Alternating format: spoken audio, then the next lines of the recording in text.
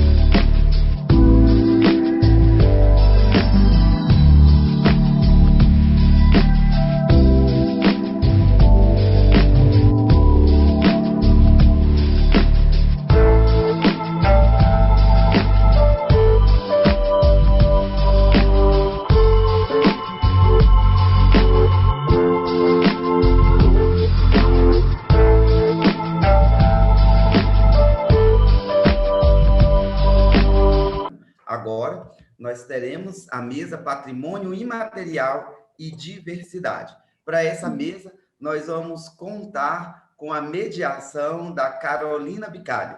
Ela é designer industrial e estilista formada pela UENG e UFMG. Especialista em jeanswear, coordenou por 15 anos projetos e coleções em indústrias de confecção, como Vidibula, desenvolvimento de produtos em denim, tecido plano e malha, direção de arte e estamparia para indústrias têxteis. É pesquisadora de indumentária de caráter antropológico, feita em loco, sobre a indumentária tradicional milenar asiática e na América Latina. Pós-graduada em Gestão e Docência do Ensino Superior pela PUC Minas e mestre em Administração e doutoranda em Design na UENG, na área de resíduos têxteis de denim. Pertence ao corpo docente da Escola de Design da Universidade do Estado de Minas Gerais e, obviamente, é uma DJ na noite, também produtora cultural. Carol, é com você. É verdade, Aldo. Para mim, assim, um grande prazer estar aqui com você novamente e com grandes parceiros, né, de vida, grandes amigos de ativismo. de eventos independentes, ligados à moda, sustentabilidade, cultura e educação. Muito feliz por estar aqui, né, mediando essa mesa. Bom, para compor a mesa, vou fazer a apresentação, né, dos participantes. E essa mesa, então, é de patrimônio imaterial e diversidade. Nós teremos o prazer de receber a Silma Dormas, que é figurinista, aderecista, artista e performer da Divergência Socialista, sócio fundadora da marca Silma Brasil.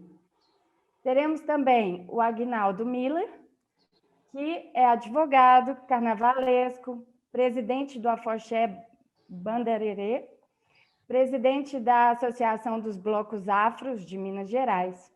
E também teremos o Rafa Mártir, que é publicitário formado pela UNA, produtor cultural da cena LGBT de BH há 7 anos, DJ também há 10 anos, já teve quadros, né, na Rede Minas e na Rádio Milênio, participou de festivais importantes na nossa cena cultural, como o Sarará, o Sensacional, e shows de artistas, né? Fez a produção de artistas como a Tati, Quebra Barraco, a banda UO e Queens do reality RuPaul's Drag Race. E, para finalizar a mesa, nós teremos o nosso querido Aldo Clécius, que é um grande ativista, produtor cultural na área de moda, de diversidade, de inclusão, de sustentabilidade, especialista em moda e tendências. Ele é consultor de marketing estratégico, CEO do MCM, que é o Movimento Moda Contemporânea Mineira, e da agência F-House. Então, eu vou estar aqui fazendo essa mediação. Cada um de vocês terão 15 minutos para a fala e depois nós abriremos para as perguntas do público, ok? Então, eu acho que nós podemos começar com a Silma. Olá, Silma.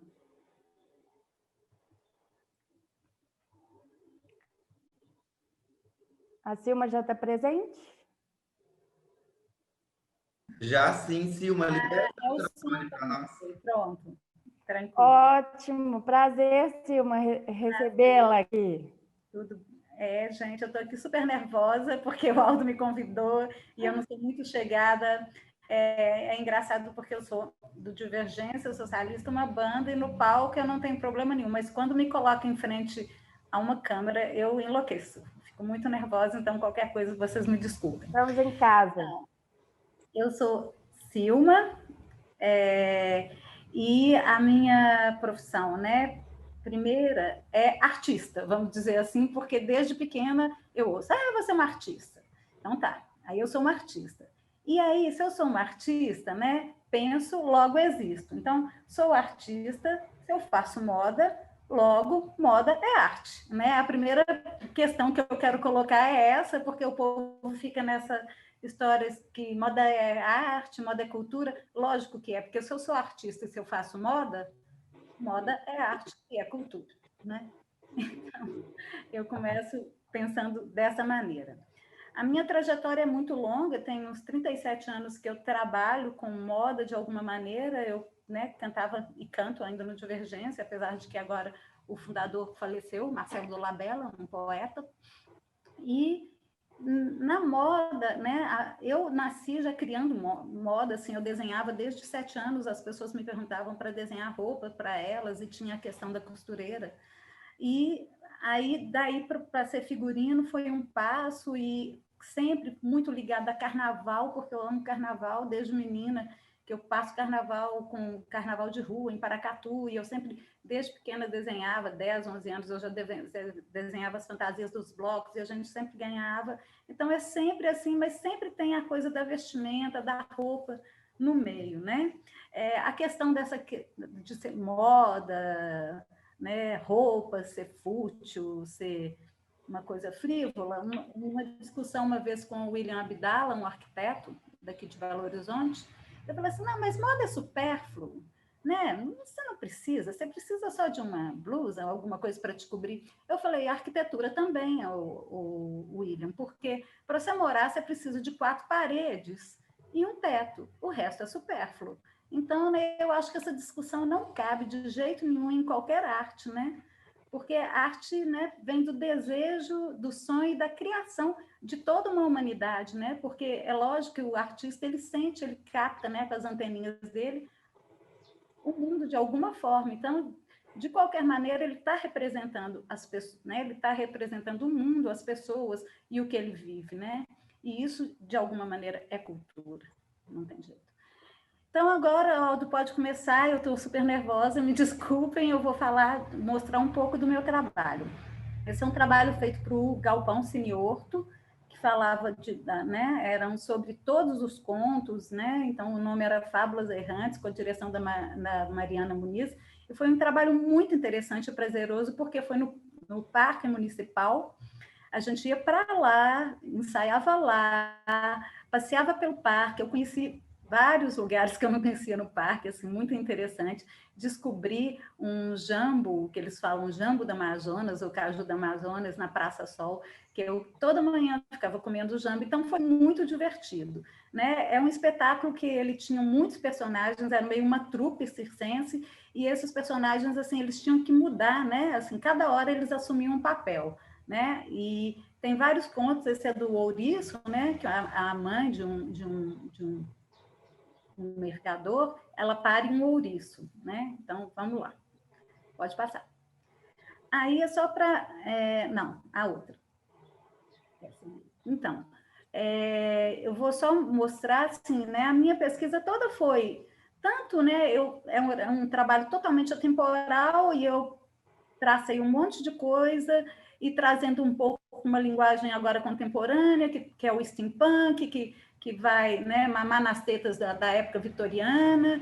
Então, foi toda essa linguagem, um pouco do circo, e todos os personagens tinham uma questão, e é isso, né? O personagem, moda é uma coisa tão importante, o figurino também, porque na hora que você bate o olho numa pessoa, você faz uma leitura do que ela é, né?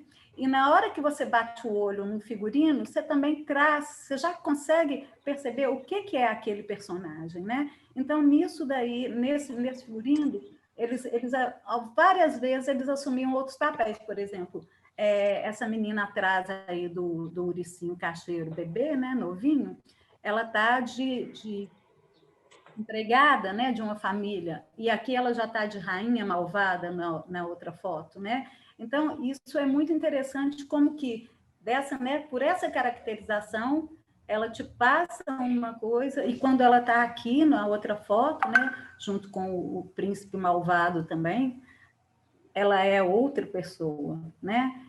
E isso devido ao figurino e devido à roupa, né? Pode passar. Opa, pulou. Aí, olha só, né?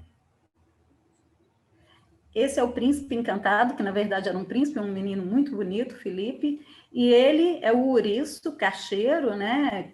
Depois de grande, né? Foi muito engraçado, porque eu falei, meu Deus, como que eu vou fazer esse ouriço? Isso é uma delícia, né? No figurino que você tem que descobrir, ainda mais com verba nenhuma, como é sempre, né? No caso da nossa cultura e da verba que a gente tem. E aí foi muito interessante, porque eu resolvi ir com uma coisa que fosse fácil, prática e barata, né? Aí eu resolvi fazer com tag, né? Com esses lacres. E aí foi muito engraçado, porque eu ia cortar e foi tão engraçado o movimento dos espinhos dele vindo na cara e ficou uma coisa meio punk que eu não cortei. A foto não revela muito, eu não tenho nenhuma foto melhor. As fotos são do Guto Muniz, tá? Né? Que ele deu através do site dele, Foco em Cena. Então, para você ver, volta. Só para ver mais ou menos, é a mesma pessoa, né? Que depois ele é um personagem aqui, ele também é um demônio. Então, esse figurino é muito rico, mas como eu tinha pouco tempo, eu não pude trazer todas as coisas, mas se alguém se interessar, vai no Foco em Cena, bate Fábulas Errantes, que vocês vão ver um monte de personagens e os figurinos desenvolvidos para isso, tá bom? Pode passar. Essa, gente, é engraçado que eu ia começar com isso e começou com outro, não sei porquê. É o coletivo Toda Deseu, Quem é Você? Ano passado eu recebi esse presente, assim, né? Que o coletivo Toda Deseu é LGBTQI+, e foi muito interessante esse trabalho, porque era um trabalho que acontecia para as redes públicas, né? Tipo assim, de ensino. Então, tinham crianças e adolescentes sempre nos espetáculos, né? Depois o espetáculo foi aberto, mas as primeiras sessões todas foram ocupadas pela rede pública de ensino. E esse trabalho era muito interessante e também correu o risco de ser censurado ano passado. Depois que ele passou, deu um maior reboliço lá na Furnarte, o cara falou que queria ver o conteúdo de tudo, porque é um espetáculo que discute, né, as questões do LGBTQI+, eu não sei se alguém assistiu, mas é muito interessante, vocês podem procurar, tem críticas que explicam, e era um espetáculo muito bacana, porque ele era infantil, mas assim que eu assisti o ensaio, eu falei, olha, eu não quero trabalhar com coisa colorida, eu não quero nada, e eles falaram, mas é exatamente isso. Então, isso é muito bacana quando acontece, né? Essa interação, e era um trabalho bem interessante, porque ele, quando ele nasce, né, a Biba, né, o menino nasce, ele era uma coisa horrenda, ele foi jogado do penhasco, mas uma aranha o recolhe, e ele é criado dentro de um armário, mas um dia ele resolve sair de um armário e conhece a outra Biba, sabe? Que é muito interessante, que é a Ju, né? Ela é uma mulher, mas que ela era Biba, e aí ela falou assim, eu gostei desse nome. Ela, não, mas você pode chamar Biba também. E é muito interessante, eles são julgados e tem um monte de coisa. E o que era mais interessante era ver as crianças, assim, né? Porque tem uma... Passa, Aldo, por favor. Não, pulou. A Nícari, né? Ela é uma bruxa, não, o outro. Ela é uma bruxa, e não é nada, ela é só uma mulher comum. Então, aí quando ela chega assim, né, eu sou como você. Aí uma menina, o que vocês acham que eu sou? Aí, né, e ela é uma mulher trans, né? Aí, quando eles falam isso, uma menina grita na plateia, uma mulher! Aí isso é sensacional, né? Porque você vê que a criança não tem muito preconceito, e não tem preconceito, que isso é uma questão que vai sendo construída, né? E era muito bacana, porque era aberto e depois tinha um debate, sabe? E foi muito interessante. Como que eu pesquisei esse figurino? Eu queria que fosse alguma coisa futurista e, ao mesmo tempo, a gênero, ele é totalmente a gênero, e também que trouxesse alguma coisa meio de tipo assim, de guerrilha, meio Star Wars, né? Aquela coisa deles estarem com aquela roupa que a qualquer momento, e uma coisa também medieval. Então eu naveguei por essas coisas todas e eu acho que eu consegui, porque ele foi muito assim, todo mundo comentava e falava muito bem do figurino. As fotos não estão muito boas porque eles trabalham o tempo todo com fumaça, então dá muita sombra, e a iluminação, acho que isso foi do primeiro dia, não estava meio escura nesse dia, então vocês vão me desculpar, mas é um espetáculo que fala, né, da questão do gênero, e eu consegui, de alguma maneira, fazer um figurino a gênero. E é muito interessante, gente. Eu não sei, é da trilogia, né? De Glória, eu sei que tem mais um. E aí eles falam, são todas as questões, na igreja, na sociedade, na escola, essas questões de gênero. É muito interessante o trabalho do Toda Deseu. Eles também têm a Gaymada, que é maravilhosa, não sei se alguém já teve a oportunidade de ver, no Carnaval a Truque do Desejo, Corte de Vaz. É muito interessante o trabalho deles, e eu fiquei muito feliz de desenvolver isso junto com eles, né? De poder participar disso. Esse trabalho foi um dos primeiros trabalhos grandes que eu fiz, assim, que é o Beijo nos Olhos, na Alma e na Carne, do primeiro ato, que era um trabalho em cima da história né, da obra do Nelson Rodrigues. E foi um trabalho muito bacana, tem uma curiosidade interessante sobre esse vestido aqui, que a Marcela está usando, que é esse vestido, né? Na verdade, o primeiro sim, mas aí depois eu tive que fazer uma cópia, que foi o vestido que eu esqueci a mãe da Cátia Rabelo, que era do Banco Rural, foi na posse do Juscelino Kubitschek na década de 50. Esse vestido, só na saia dele, eu gastei 10 metros de tecido. E ele é todo bordado em labirinto, é uma maravilha, assim, sabe? E esse espetáculo foi muito bacana, ele foi indicado a prêmio, eu fiz uma pesquisa muito grande e consegui tecidos todos de época, né? Eu consegui uma loja dentro de Belo Horizonte que tinha tecidos da década de 40, 50, 60. Então, os tecidos são todos originais da época, com as estampas da época, foi muito bacana, né?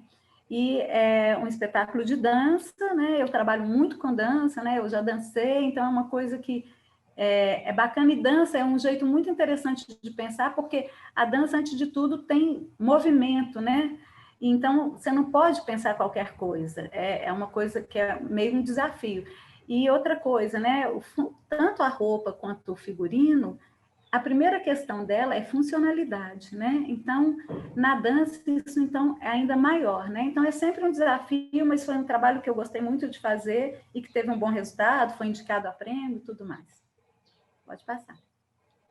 Esse é outro trabalho, o gibi é o João Vicente, ele era do Grupo Corpo, mudou para Palmas, em Tocantins, e montou um grupo de dança, e é um guerreiro, assim, vocês podem procurar, é bem legal, assim, a Lamira, os trabalhos dele, ele tem um sobre o judaísmo, que chama Adorno, é muito bacana o trabalho dele, a pesquisa. Esse é um trabalho infantil, né, que fala de gibi, e foi um trabalho muito lúdico, muito gostoso de fazer, e assim, é uma maneira, né, eu tenho um diferencial que eu sempre trabalho muito pesquisa, né, eu faço uma imersão dentro dos trabalhos que eu faço, pesquiso demais e gosto muito de criar estampa. Então, todas essas estampas foram criadas, não dá para ver muito pelas fotos, mas né, aqui eu não sei se vocês estão conseguindo ver, mas todas essas estampas foram criadas para esse figurino, e foi um figurino também bem divertido. Quer dizer, eu amo o que eu faço, né, de alguma maneira, então eu sempre acho divertido. Pode passar. Olha, só te dar uma previsão de tempo, mais 2 minutinhos, tá? Já está acabando. Ótimo. É outro trabalho baseado na obra do Tim Burton, tá? É o Nowhere Land, agora estamos aqui, do Mova-se, pode passar. Continua, eles pegam todos os grandes filmes, tanto de assim, né, Alice, o Fantasma se Divertem, o Barbeiro, e fizeram um trabalho muito bonito. Pode falar? Pode passar? Isso é outra área que eu trabalho, que é a moda, né? Isso eu desenvolvi para Ancestral, tá? Foi a moda, a arte, a rua, no MUMO, né? No Museu de Moda, e foi um trabalho muito legal, porque a Ancestral trabalha com estampas de grafiteiros, né? De artistas de rua, assim, que pintam ruas, muros, né? Então, eu trabalhei o tempo todo, esse é o Ataíde Miranda, esse é o Gidásio, do Vale de Jequitinhonha, esse aqui eu nem mais lembro, mas são todos trabalhos de artistas, né, de muralistas e artistas de rua, né, grafiteiros, que foram estampados, né, e desenvolvido, né, looks para uma exposição de moda, né. Ancestral só trabalha com estampa de grafite, e quase todos mineiros, com exceção do Louis, que desenvolveu essas estampas aqui, que ele é holandês. Mas quase todos são mineiros, e o trabalho é muito bacana. Esse é outro projeto que eu tenho, que é o Cena Vestida, junto com o Guto Muniz e o Louis Moren, que desenvolve, né, moda junto com fotografia, né? Então, é o seguinte, né, é uma maneira de preservar a história e dos grupos de teatro e dança e performance terem mais visibilidade, tá? Esses dois trabalhos eram a Samira Ávila e o Diego Bagagal, e agora, esse é Romeu e Julieta, esse daqui é já Os Gigantes da Montanha, tá? São todas fotografias de espetáculo, e eu vou trabalhando com alguns detalhes. Isso é Prazer, do Luna e Luneira, que é um espetáculo lindo também, foi o jeito, né, como que eu trabalhei. Esse é o Zé Albinati, do Luna e Luneira, é outro trabalho urgente, tá? Isso é outro trabalho que eu faço, que eu desenvolvo, que é o Carnaval, e que é, assim, maravilhoso, né? E que eu gosto muito de trabalhar, eu acho que é onde eu mais potencializo minha criação. Isso foi um trabalho para a Aline Riscado, quando ela era o verão da Itaipava, nem sei se ainda é, né? Isso foi uma roupa que ela foi para o Sambódromo, no Camarote. Isso tem me citar no Festival Girls ainda desse ano, ainda bem que 2020 teve carnaval, né? Que foi anterior à pandemia aqui no Brasil. Isso foi com o look do Norberto. Isso O look é do Norberto e o adereço é meu. Isso é, pode ir. A Fátima Regina, que é destaque do Rei Voltou, um bloco que fala, só toca músicas do Roberto Carlos. E ela, como o Roberto Carlos tem essa mania de dar uma rosa, ela falou assim, eu quero que você faça uma rosa, eu quero ser uma rosa. Aí eu fiz essa rosa, eu transformei ela numa rosa, e ela foi um destaque, ela é uma pessoa muito alegre, feliz, foi muito interessante. De novo, pode passar?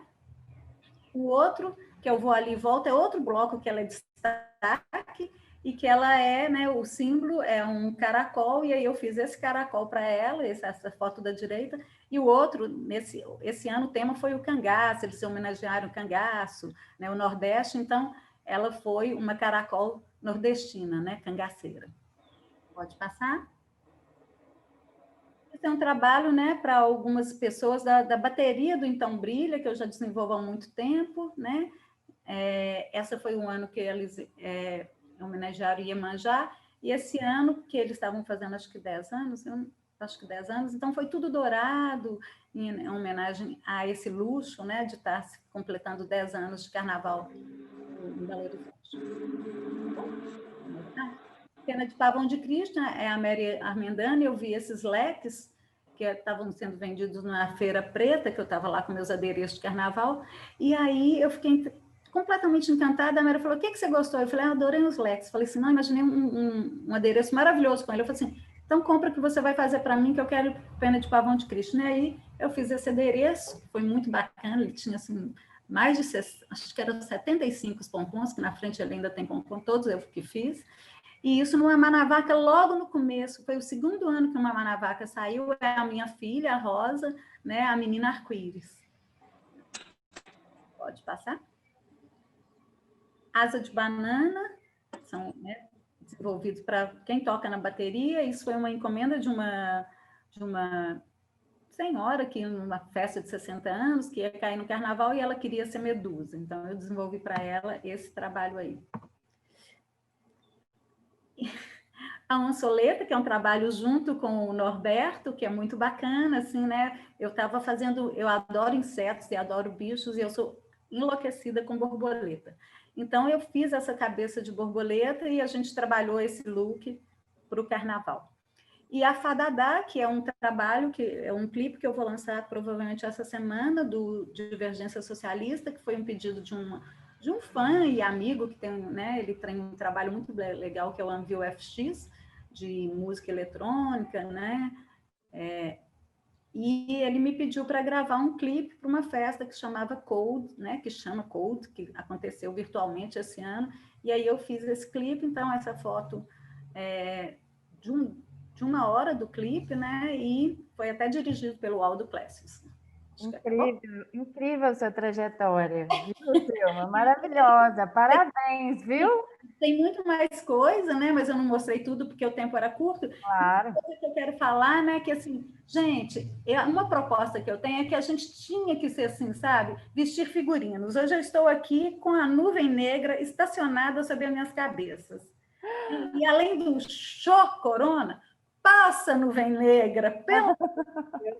Gente, passa a nuvem negra em todos os sentidos, assim, sabe? Então, ela está aqui estacionada, né? Meu jeito de falar assim, olha o que eu estou vivendo, porque nessa pandemia, eu não consigo falar do pós-pandemia, porque eu acho que a gente está vivendo uma infinitena devido a vários fatores, né? Principalmente esse desgoverno. Se vocês forem lá no meu canal do Divergência Socialista do YouTube, vocês vão ver um clipe falando disso, quando ainda eram 60 mil mortos, né?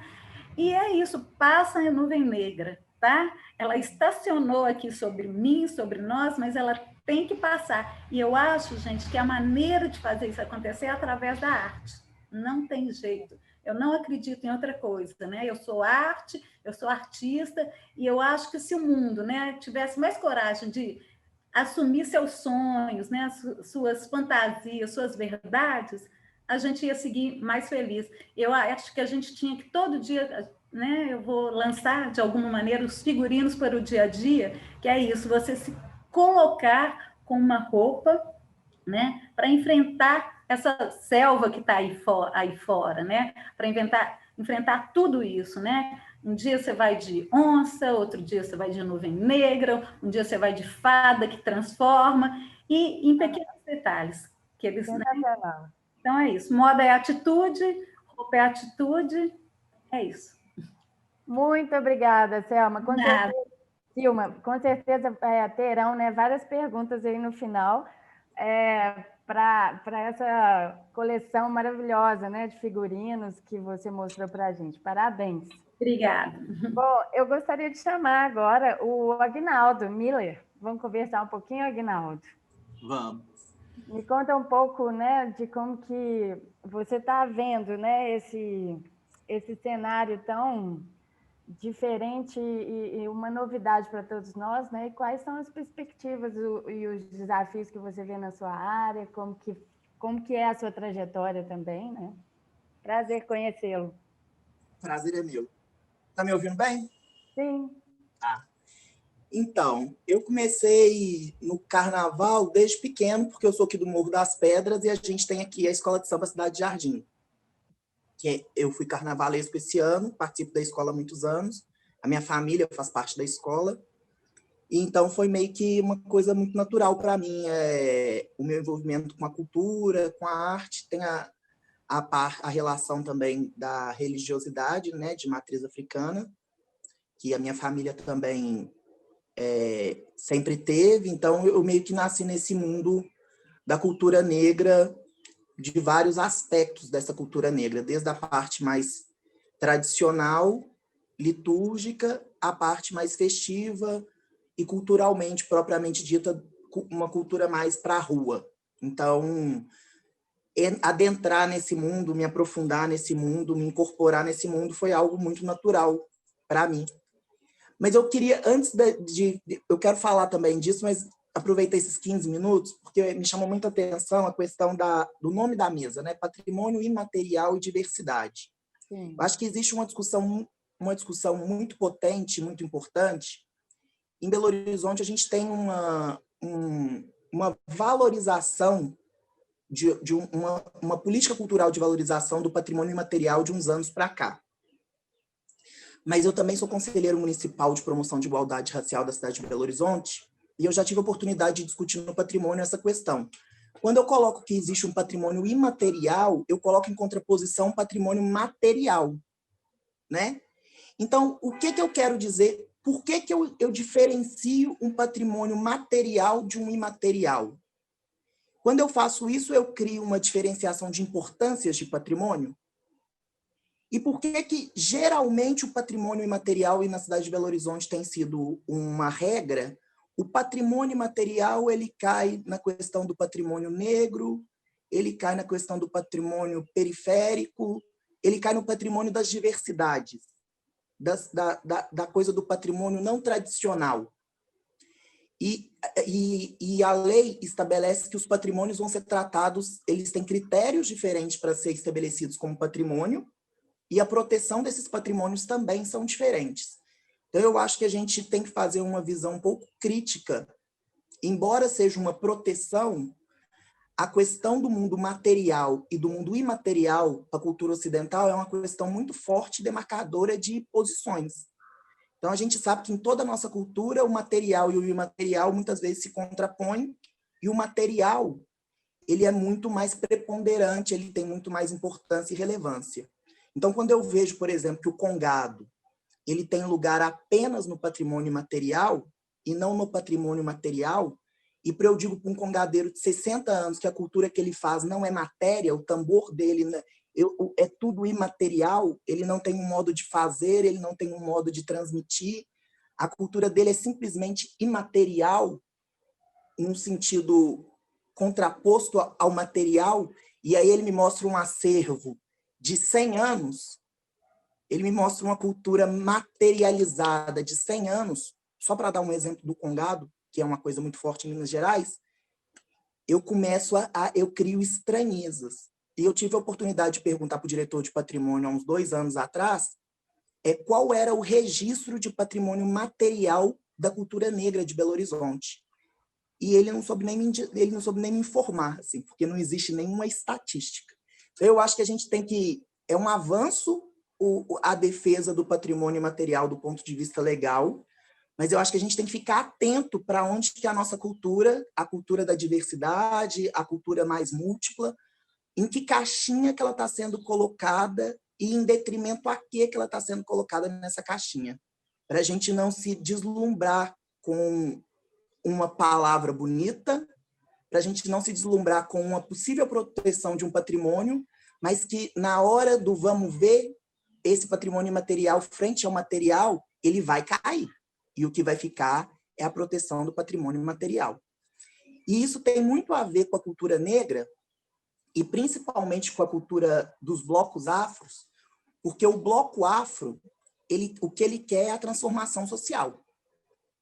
Basta ver o que aconteceu em Salvador dos anos 70 para cá.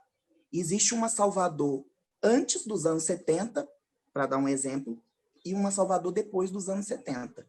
Porque o bloco afro, quando ele vai para a rua, ele vai com uma estética, ele vai com uma moda, uma linguagem, ele se expõe, ele se projeta de uma maneira cultural completamente diferente daquilo que a sociedade tradicional está acostumada a mostrar e acostumada a apresentar para o público. Então, eu peguei a Silma falou umas coisas muito interessantes e que me fez, primeiro, o look da Silma, disparado, né? Eu acho que hoje já temos aqui a campeã já. Então, primeiro, o look é maravilhoso. Mas ela disse algumas coisas que a moda, quando a gente vê, a moda transmite, comunica, né?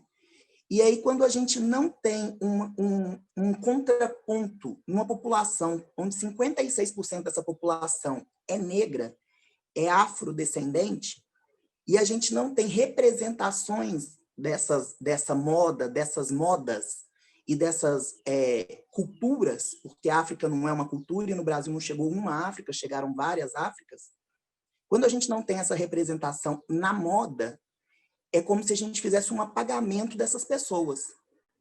E o que o Bloco Afro fez, né, e faz, é revelar a moda dessas pessoas, a linguagem e a comunicação do vestuário dessas pessoas.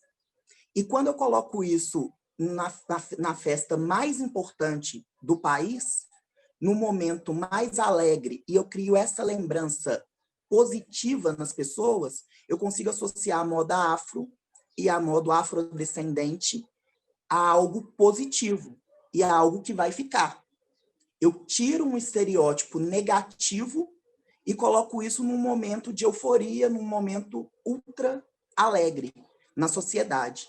E isso gera uma transformação social do ponto de vista da estética, do ponto de vista da linguagem, da percepção das pessoas. Então, eu começo a ver a pessoa colorida e estampada, não como uma pessoa brega ou como uma pessoa cafona, mas como uma pessoa antenada. E é um pouco do que a gente está vendo hoje, né? O que a gente pode chamar de um modismo, mas que eu acho que é muito positivo. Porque eu consigo ver esse vestuário de um outro ponto de vista, que é um ponto de vista positivo. E eu acho que o Bloco Afro em Belo Horizonte é árduo, né? Porque Belo Horizonte é uma cidade tradicional, muito tradicional, né? É a representação máxima da família tradicional brasileira, né? A família mineira é uma instituição. É uma instituição racista, né? Estruturalmente falando, é uma instituição que não quer ser racista, que quer se negar racista, mas que nos mínimos detalhes e nas sutilezas menos sutis também ela é racista.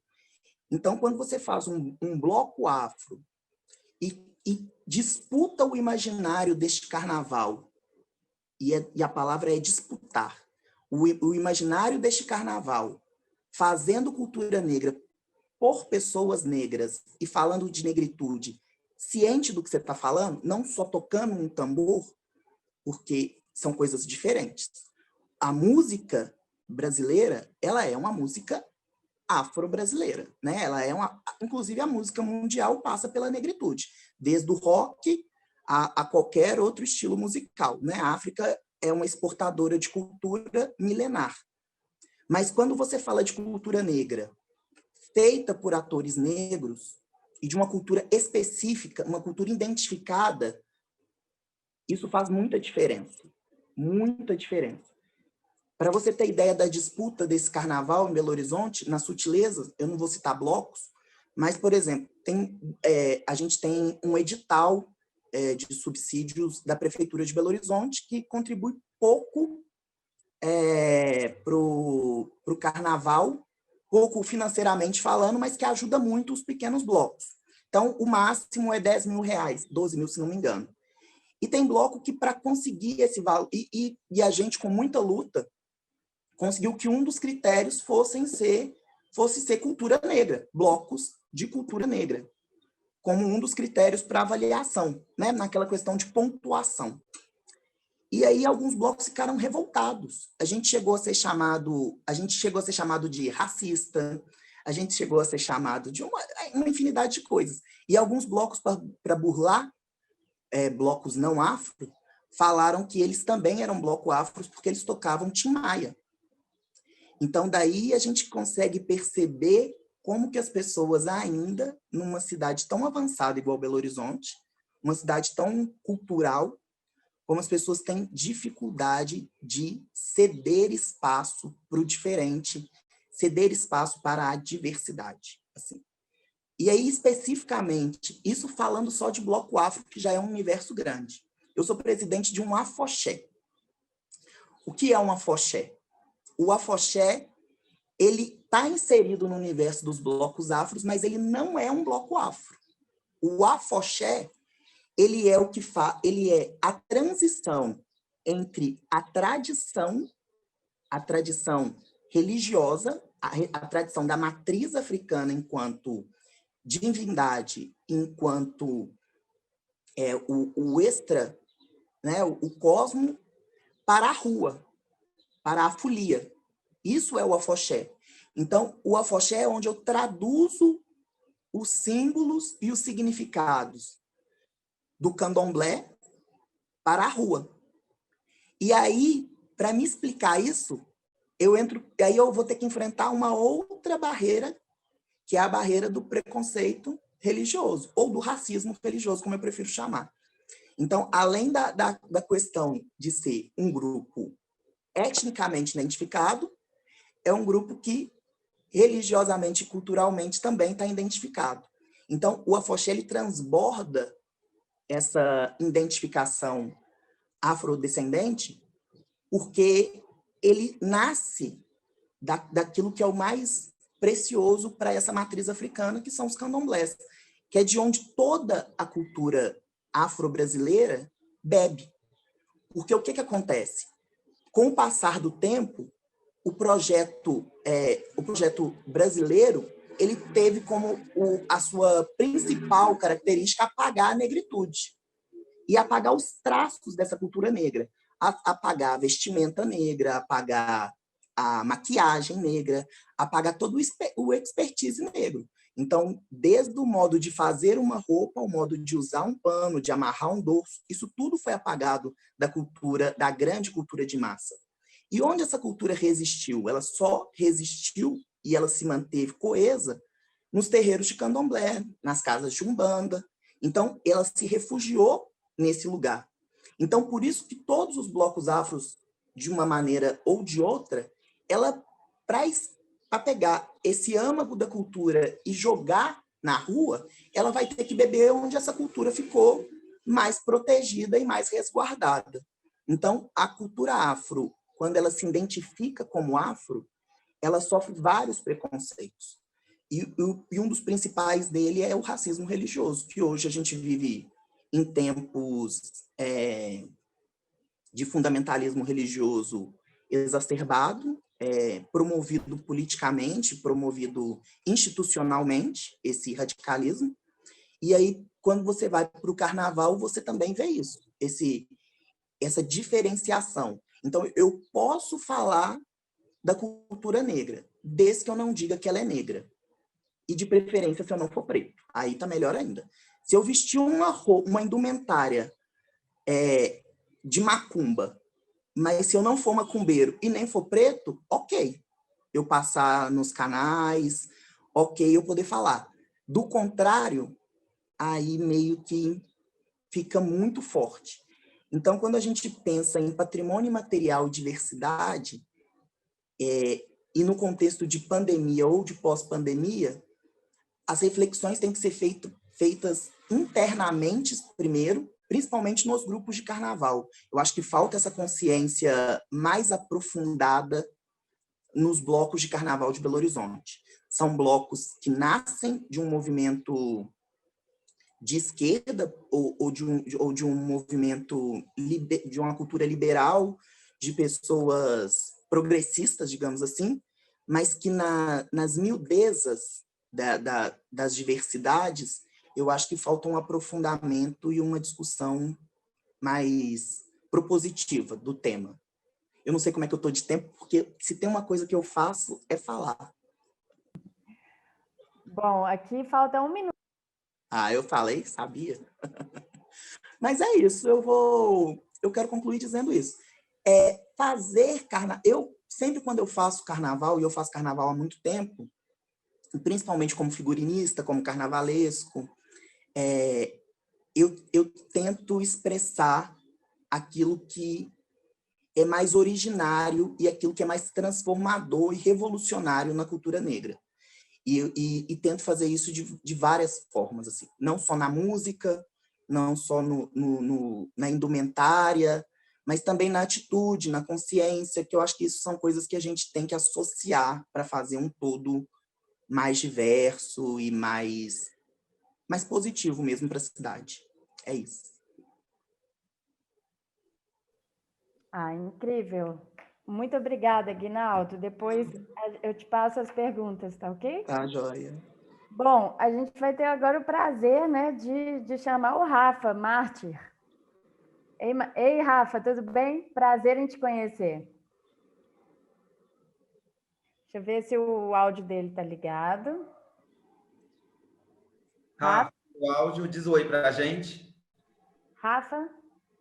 O seu áudio não está saindo para nós.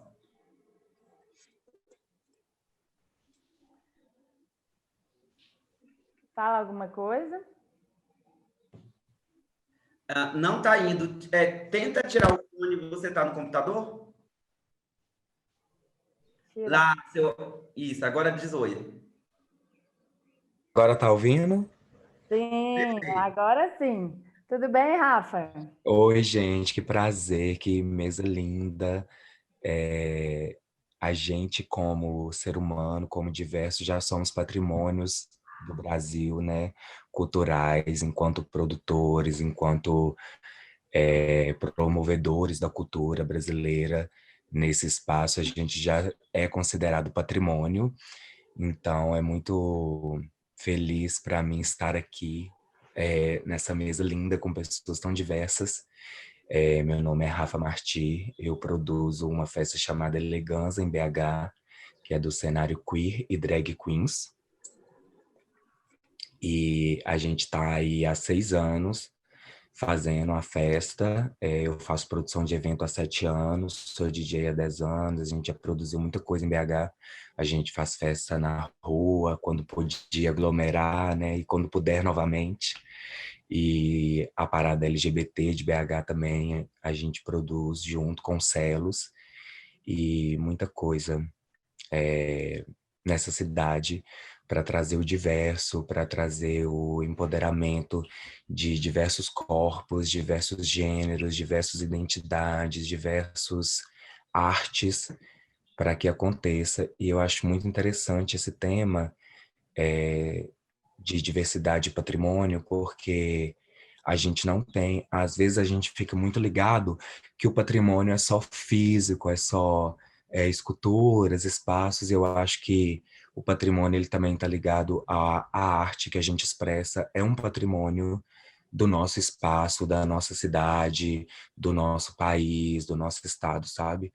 A gente, quanto diverso, quanto LGBT, quanto pessoas que ocupam espaços físicos, culturais da cidade, estamos vivendo enquanto patrimônios desse Estado, por mais que o Estado não reconheça isso muitas vezes, né, por excluir uma parte da sociedade, por excluir uma parte da cultura e tal, mas a gente precisa se empoderar disso e saber que nós somos essa diversidade toda e essa cultura, e nós ocupamos esse espaço. Eu estou muito feliz de estar aqui. E Então, aí, a gente... queria que você falasse assim, um pouquinho, né, sobre essa questão. Como que você sentiu esses impactos, né, dentro da parte de produção de festivais, né, da sua cena mesmo como DJ, como que isso foi impactado e como que você vê esse desafio, né, para um futuro que a gente espera que seja próximo, né, sem a pandemia, o pós-pandemia. Então, quando a quarentena começou, a gente estava a 1000 por hora, fazendo 1000 eventos. Foi logo após o carnaval. No carnaval a gente trabalhou muito, a gente trouxe uma diversidade muito grande para BH, nesse carnaval desse ano. E as coisas estavam fluindo, a gente estava muito positivo para o ano de 2020, porque estava favorável às atividades, à cultura, aos espaços. E na nossa mente, as coisas estavam fluindo para uma diversidade mais aceita para a sociedade, assim, dentro de Belo Horizonte. Parece que Belo Horizonte estava favorável a criar novos espaços, a aceitar de uma forma, por mais que a gente ainda seja barrado muitas vezes, a gente ainda seja não reconhecido, ainda tenha a homofobia seja muito presente nos espaços, o racismo, etc. Como o Aguinaldo falou, né? Ele tem propriedade da palavra, super, mas de alguma forma as coisas estavam fluindo, eu via como um ponto positivo. E aí, do nada, veio a pandemia, veio a quarentena, e a gente migrou os eventos físicos, espaços físicos, para o online. A gente teve que migrar para a internet, a gente teve que criar, explorar plataformas como Zoom, como Instagram, como Facebook, e trazer a arte para esses espaços online, um momento que a gente não poderia estar junto. Então, assim, há uma dificuldade ainda, porque ao momento que você pega a arte e traz ela para o online, você, de uma certa forma, segmenta isso para um público que tem acesso a esse online, que tem acesso à internet, tem acesso ao computador, tem acesso ao Zoom, e não é todo mundo que tem esse acesso. A gente sabe que há uma população que não tem ainda acesso a um computador, a uma internet, então as coisas, de uma certa forma, se tornaram um pouco mais complicadas, porque a gente não consegue acessar um todo, uma sociedade um todo. A gente não pode pensar a arte só para as pessoas que têm internet em casa, que têm computador em casa. A arte, ela deve ser explorada para uma massa muito maior, e um momento de pandemia a gente não consegue trazer, infelizmente, essa arte para todos, assim, no Brasil que a gente vive hoje. E a gente espera que, de uma certa forma, em algum momento, as coisas se normalizem, né? É muito complicado, porque, de uma certa forma, o que eu percebo sempre a comunidade menor paga um preço maior por qualquer questão política, por qualquer questão social. No Brasil, em países subdesenvolvidos, de uma certa forma. Então, a gente trouxe a arte online, mas agora segmentada a um público que tem acesso à internet, que tem acesso a essas plataformas. E aí a gente agora tem que esperar as coisas normalizarem para acessar um público que não tem acesso às redes sociais e etc. Ô, Rafa, e você teve acesso a algum edital vindo da prefeitura, alguma coisa, acesso a alguma política pública que nesses quase 7, 8 meses de pandemia, para auxiliar o seu ativismo, a sua performance, o seu trabalho de uma forma geral? Sim, a gente não tem... Foi criado, né, no Brasil, a Lei da Cultura, como todos sabem.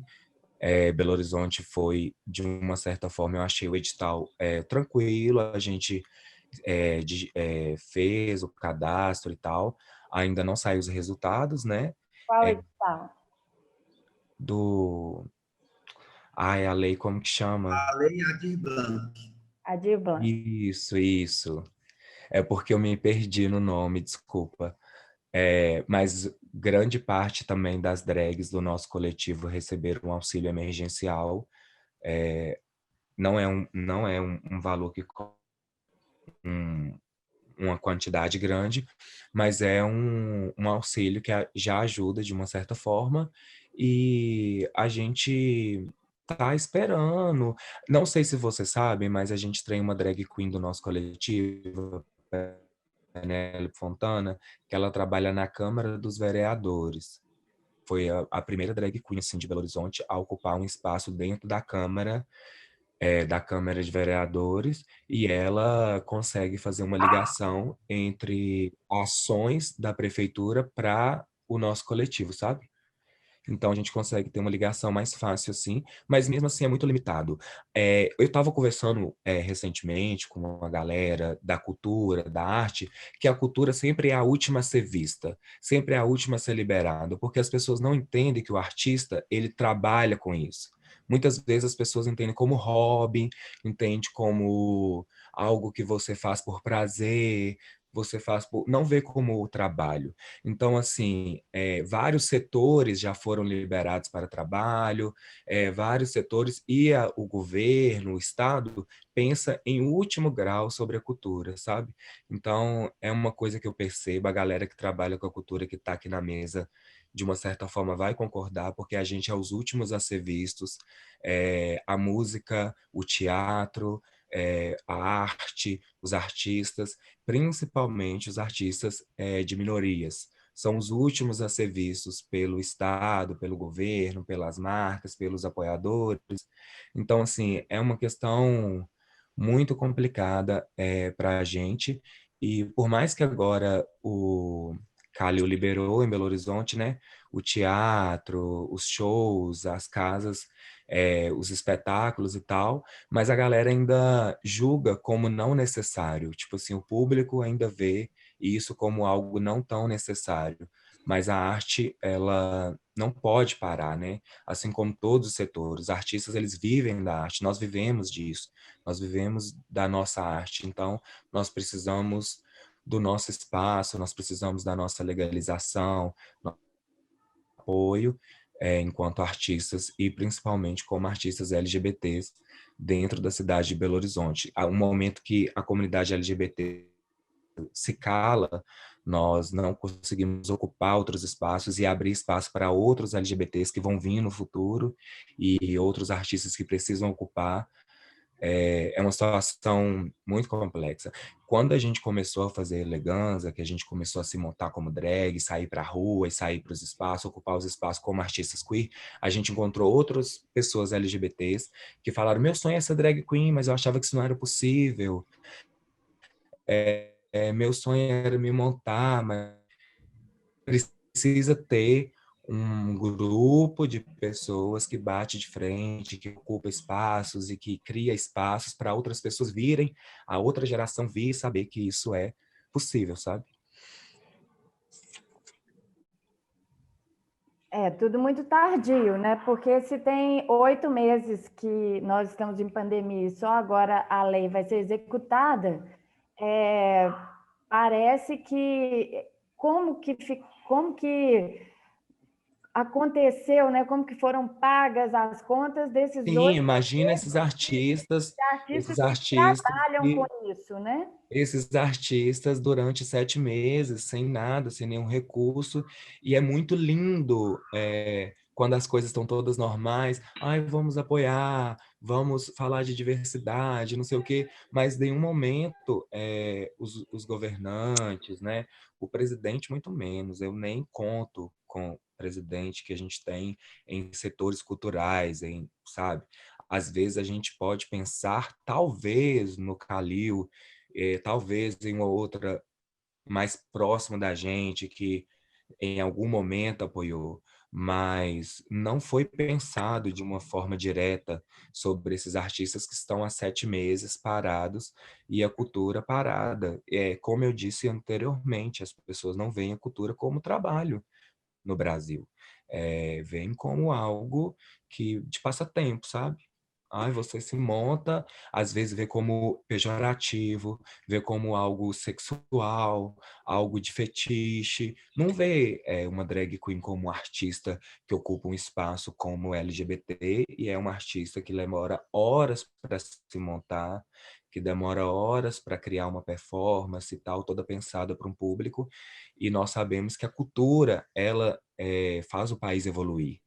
A arte, ela faz com que o país cresça, a mente das pessoas expande.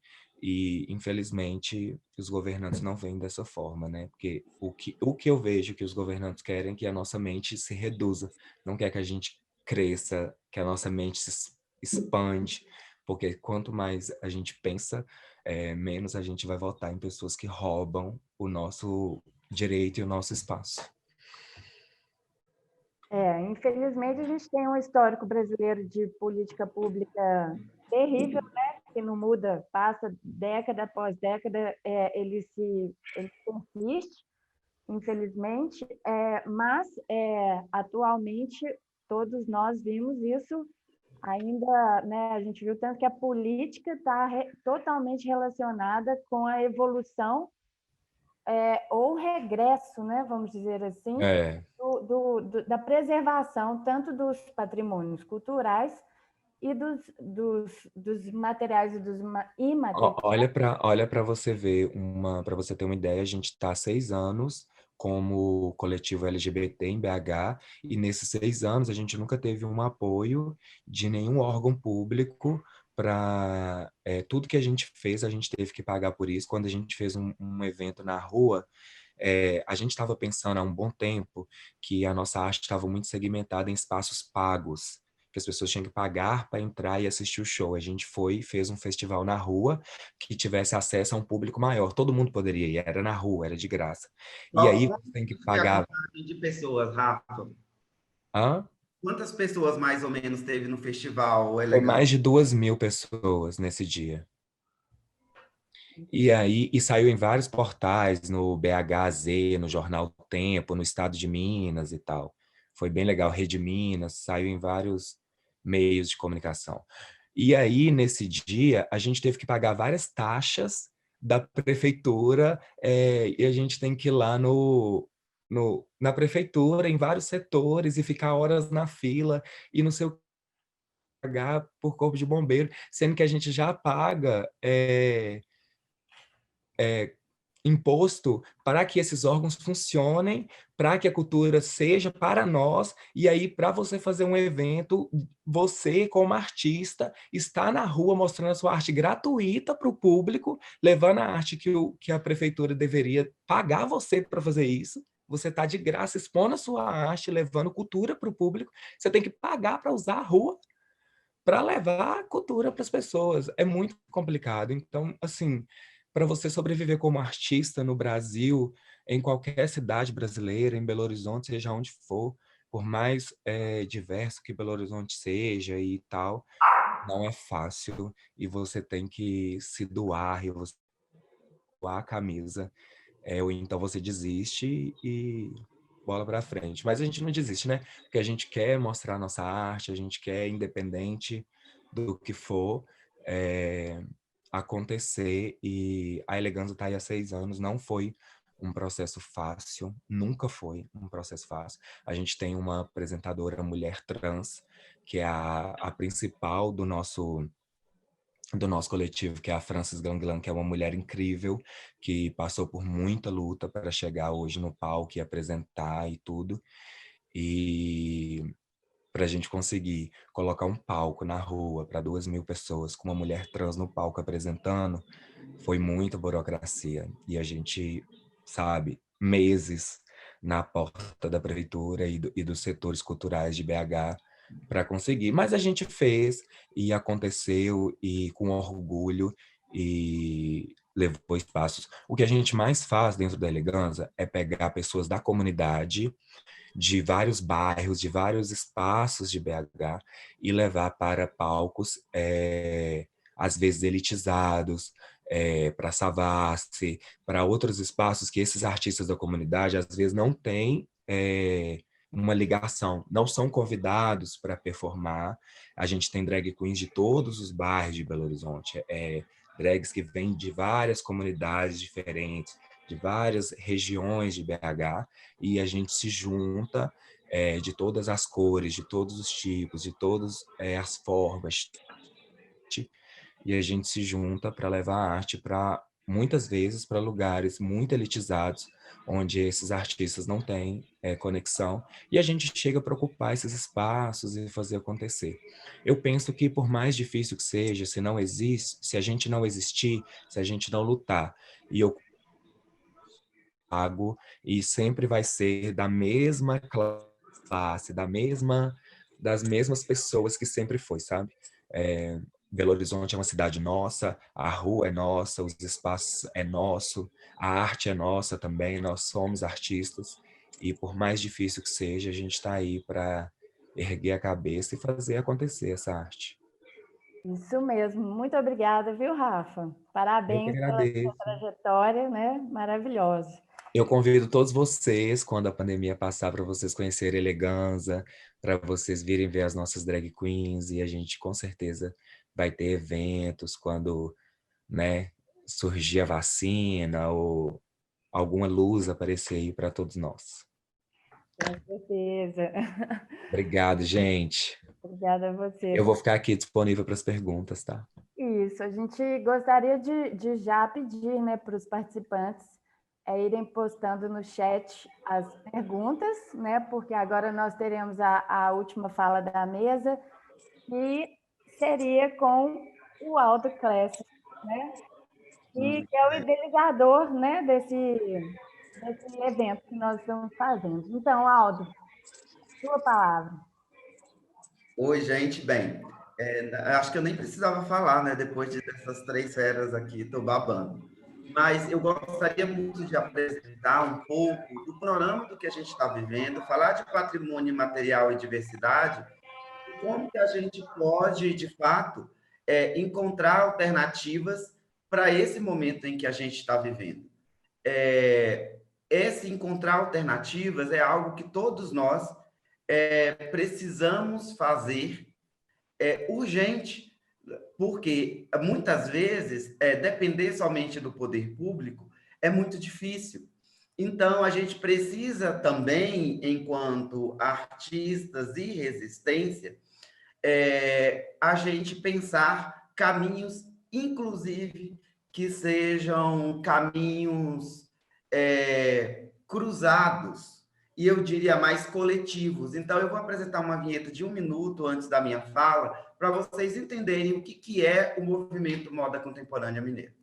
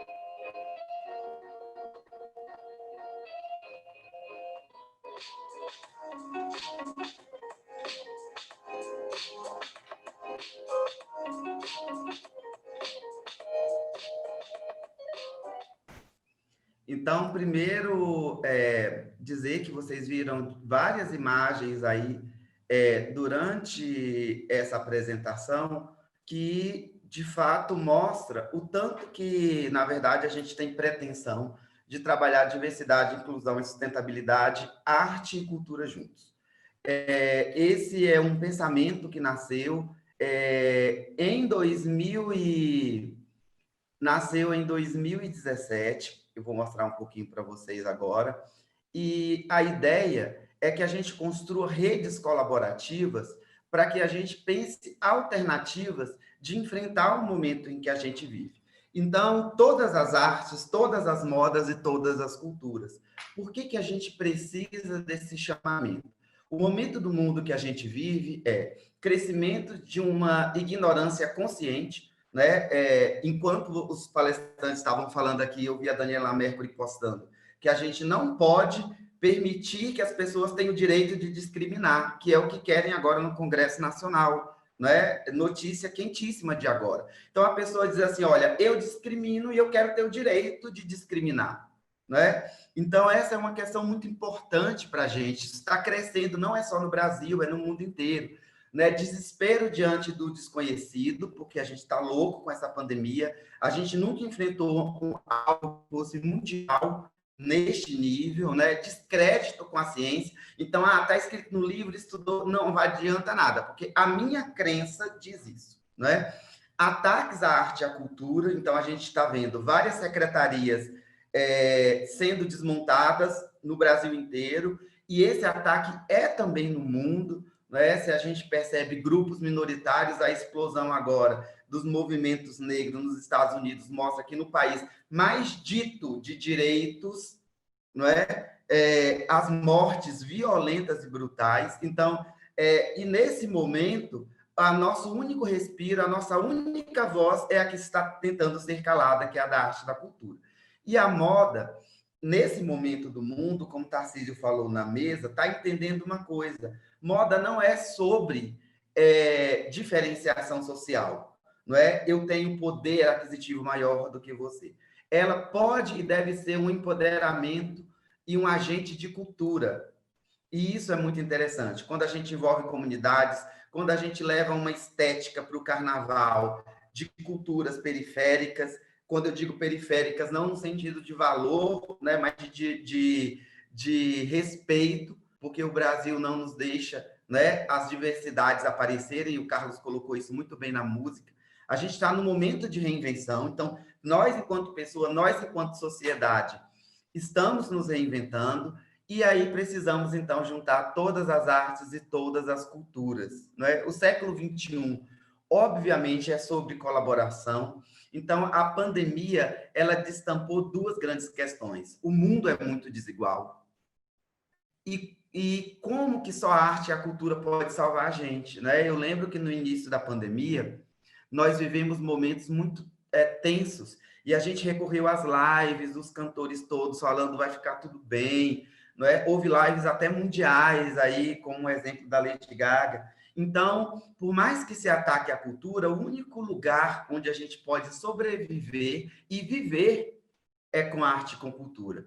E desde 2017 eu acreditava nisso, comecei a criar essa rede que fosse para além da moda, e que trouxesse o patrimônio material para dentro do fazer, não é? Então, o MCM é uma rede aberta de troca e promoção de cultura, defesa de causas ligadas ao feminismo, diversidade, LGBTQIA+, negritude, inclusão e sustentabilidade, porque a gente entende que tudo está interligado, né? Eu e Silma, recentemente, reassistimos Avatar, e é lindo, porque o filme mostra isso, né? Culturas ancestrais, tradição, sustentabilidade, tudo precisa estar junto, né? A gente precisa trazer atores diferentes para dialogar, da moda, da gastronomia, da dança, da música, e principalmente promovendo esses diálogos. Na prática, a gente realiza feira, desfiles, exposições, seminários, palestras, treinamento,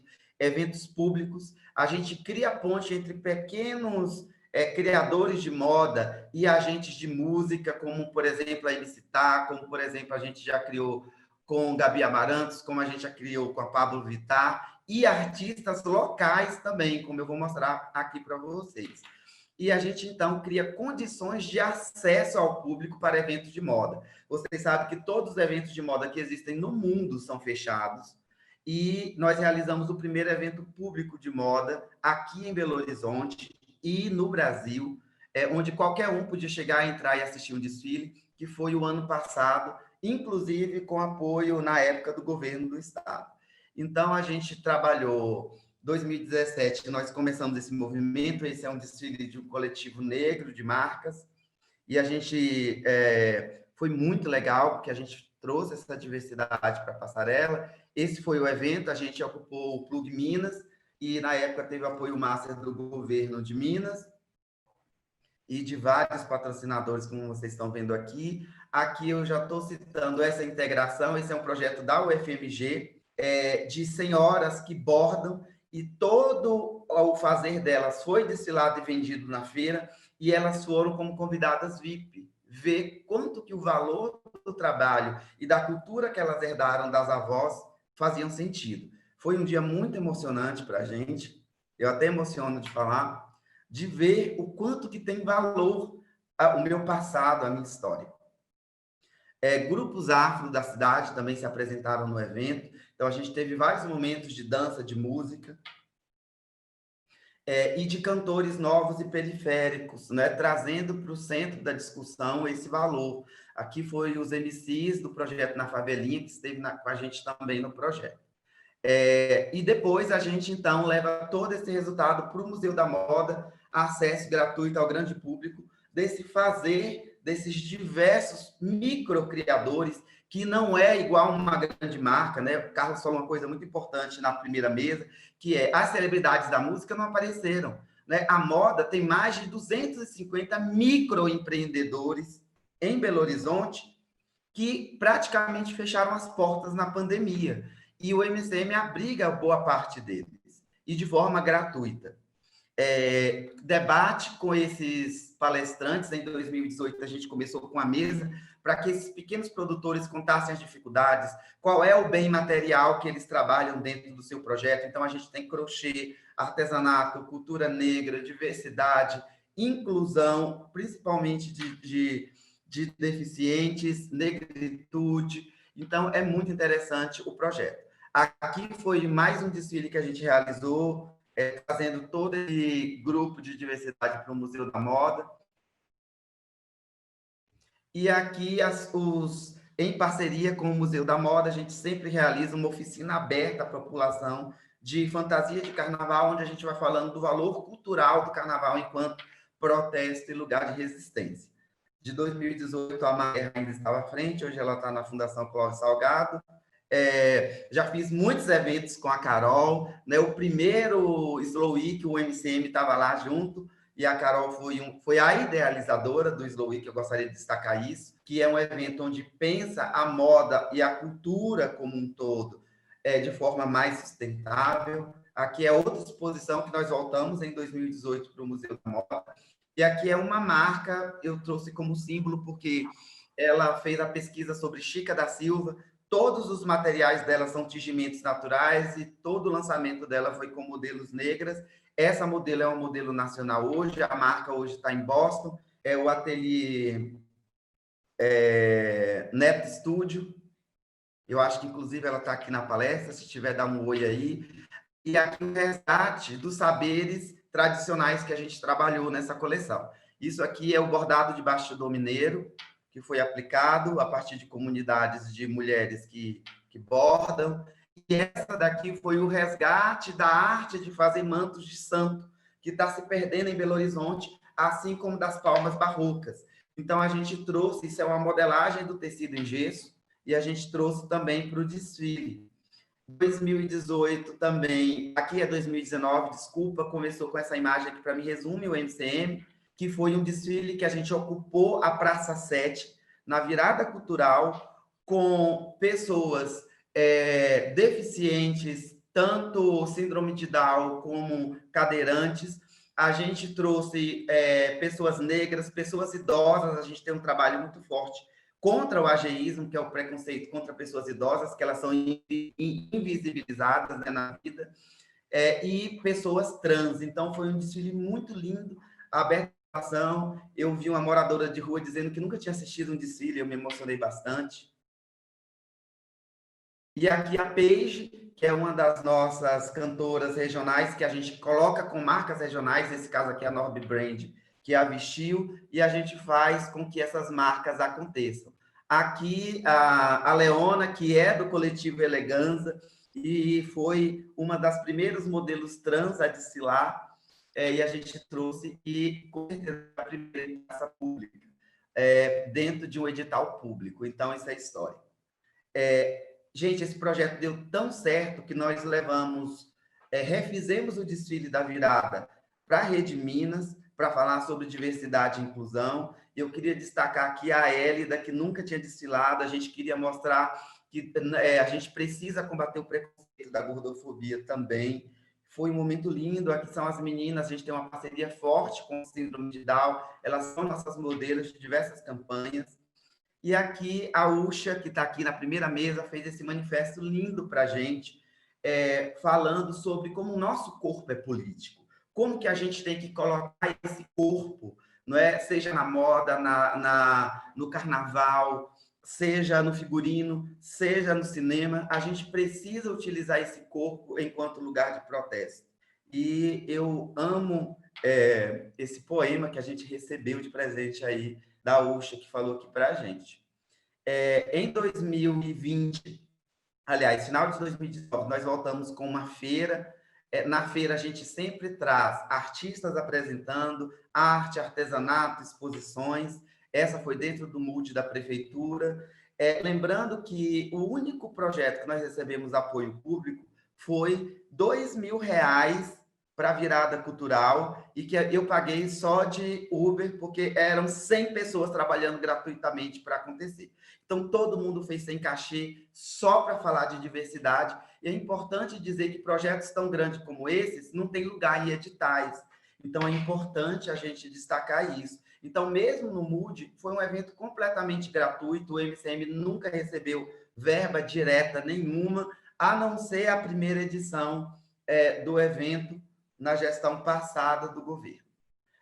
E aí, aqui a gente tem a feira. Eu hoje estou usando uma camisa da Silma no Brasil, de uma das marcas que ela tem, que é o Momané, que é a cena vestida na feira. Aqui é uma outra marca que usa grafiteiros de Belo Horizonte, que é a Maria Cepelos.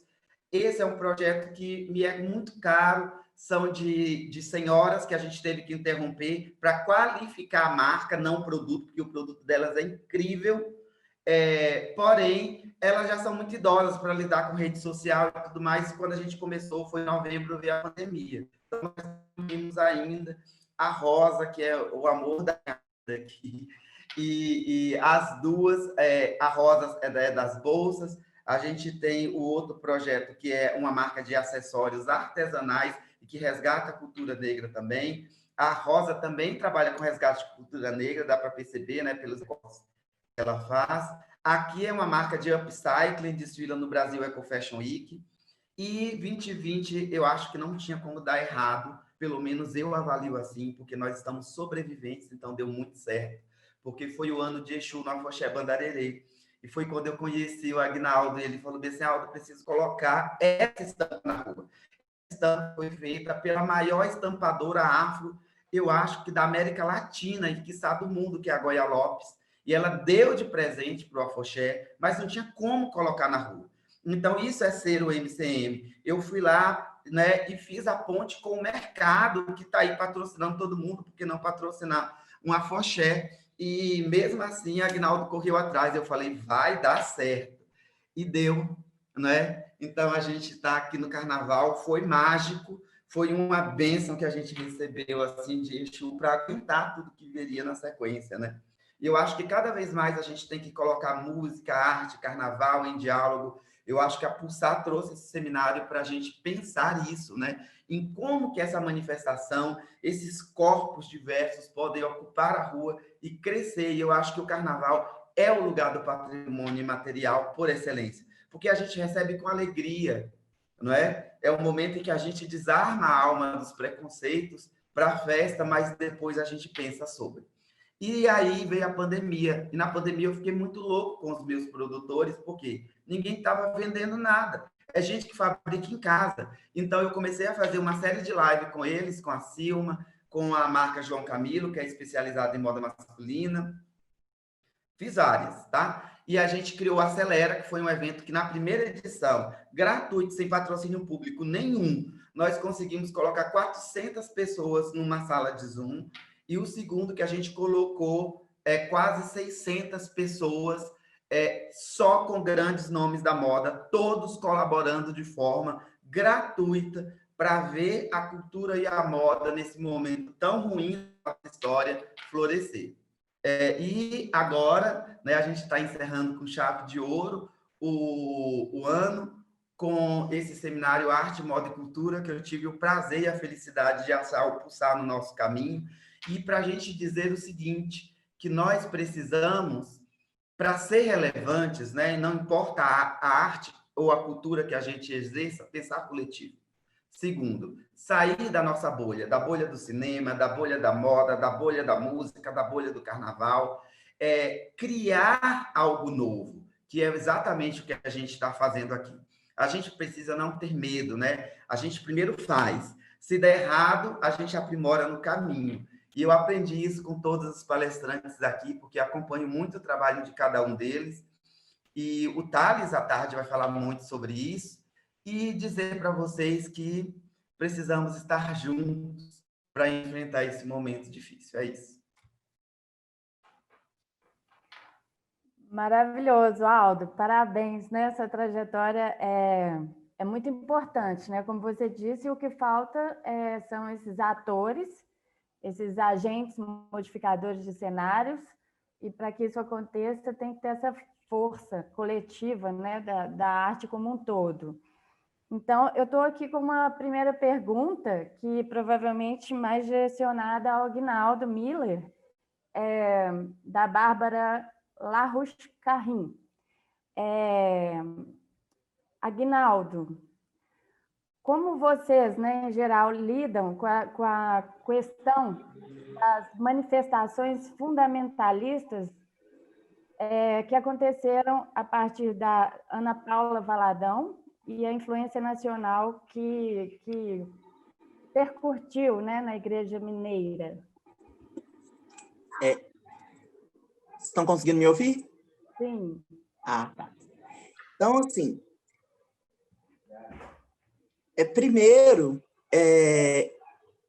dizer que 2020, Aldo, valeu só de ter te conhecido e ter feito essa parceria, porque é uma inspiração. O Aldo é uma pessoa que acredita, assim, é acreditar no impossível mesmo, e dá certo. Ele tem uma energia maravilhosa, é um cara ele transforma as coisas assim que ele toca.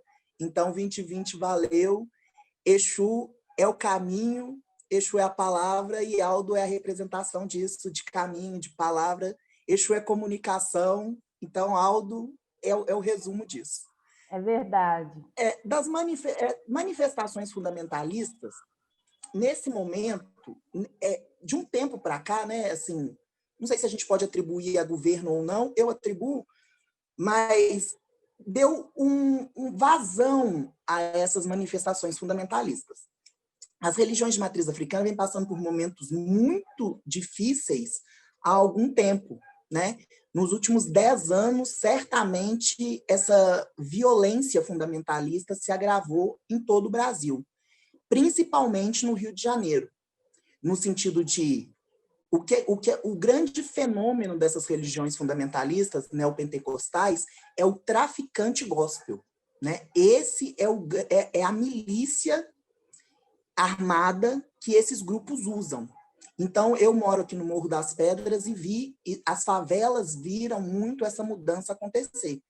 Então, essas igrejas, elas fazem a cooptação de traficantes e dizem para esses traficantes o seguinte, que as drogas deles são apreendidas e eles são baleados, eles são presos pela presença demoníaca dentro da comunidade. E essa presença demoníaca, ela é a religião de matriz africana. Então, ela é o terreiro de Umbanda, ela é o terreiro de Candomblé.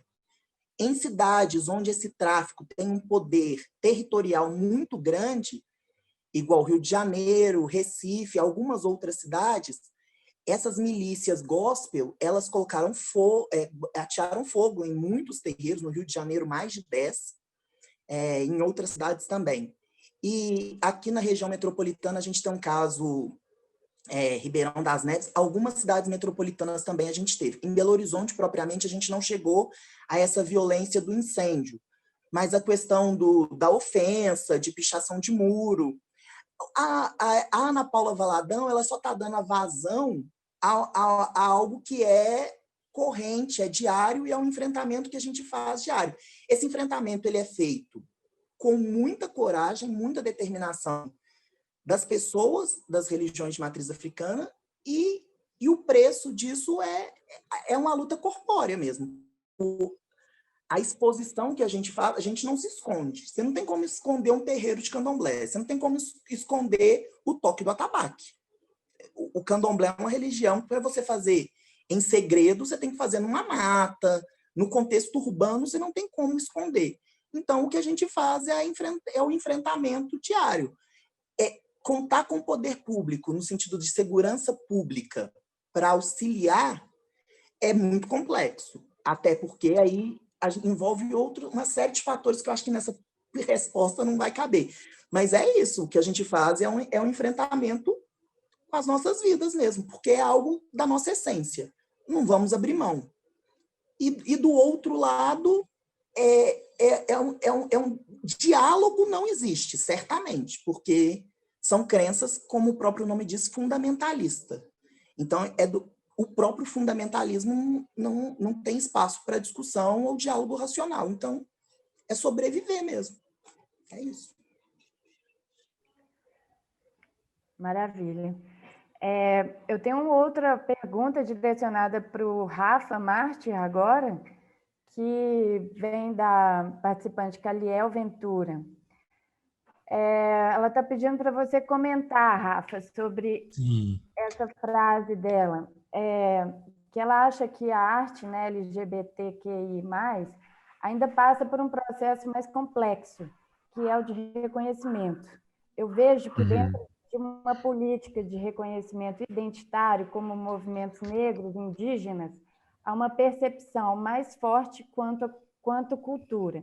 Mas, no caso da comunidade LGBTQI+, ainda há esse processo de reconhecimento e negação, e enquanto não houver isso, fica difícil o reconhecimento patrimonial da nossa arte. Sim, total.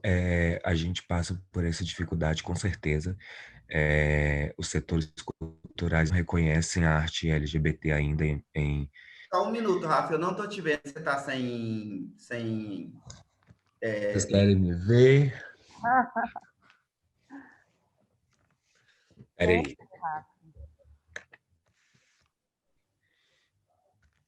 Eu estava sem vídeo, mas estava dando para ouvir, né? Sim, ouvindo, sim. Peraí. Pronto, eu estava sentindo que era Deus falando com a gente. Só vendo a minha voz, né? A minha foto. Vai materializar agora. Pronto. Pronto. É porque eu tava com uma capa de animal print, tirei. Eu tô toda rosa, tá vendo? Que eu usei um fundo. Mas, enfim, a cultura LGBT, ela é muito negada. E principalmente quando você acessa outros siglas como a bissexualidade, a transexualidade, quando você fica... a sigla LGBT, eu mesmo sendo gay cis, tenho esse reconhecimento que ela é muito G, sabe? Ela é muito gay, é muito focada em um grupo homem cis. A elegância, como tem pessoas trans, tem mulheres que fazem drag e tal, quando a gente traz mulheres, traz transgêneros, etc., é um pouco ainda mais negado. A gente demorou anos para, por exemplo, conseguir que pessoas do mesmo gênero pudessem casar no Brasil. E aí foi um processo para conquistar isso.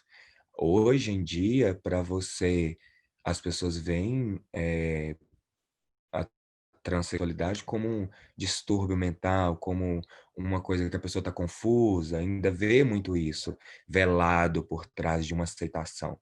Então, o nosso coletivo ainda passa por esse processo da arte LGBT ser negada, infelizmente. A gente é muito visado como por a gente fazer eventos na noite, por a gente ocupar espaços em clubes, em boates, etc., como diversão, sabe? Então, é muito complexo, muito complexo.